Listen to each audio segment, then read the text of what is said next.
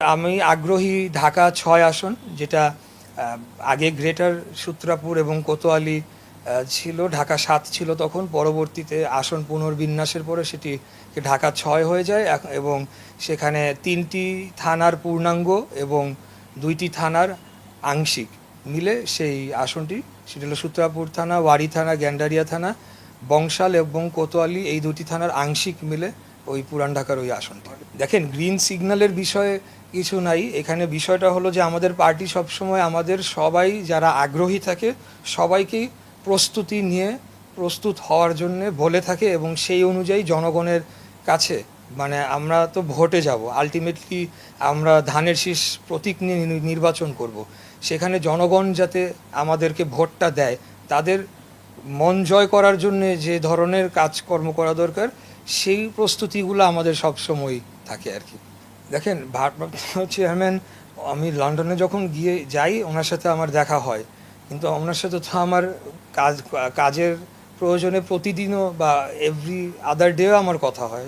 গতকালকেও কথা হয়েছে, কিছুদিন আগেও কথা হয়েছে। তো মেসেজ তো ওটা উনি ক্রমাগতই আমাদেরকে দিয়ে চলেছেন এবং এই ওনার যে মেসেজগুলো, আমি যদি বলি যে আমাকে মেসেজ দিয়েছেন সেটা ফোকাস না করে উনি জাতিকে যে মেসেজ দিচ্ছেন ওই মেসেজটাই আমরা পেয়েছি। সেটা হলো গণ অভ্যুত্থান পরবর্তীতে বাংলাদেশ রাজনীতিটা আগের ধারায় আর চলতে পারবে না।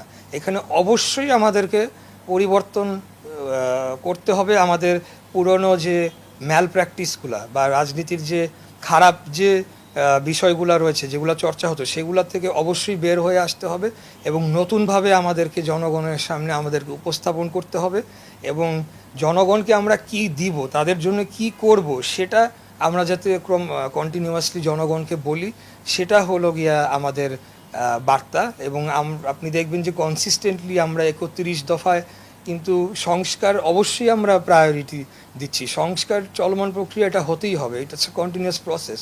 পাশাপাশি আমরা পাবলিকের জন্য কি করব, এটা আমাদেরকে সবসময় বার্তা দেওয়া হয়, আমরা যাতে জনগণের সামনে তুলে ধরি।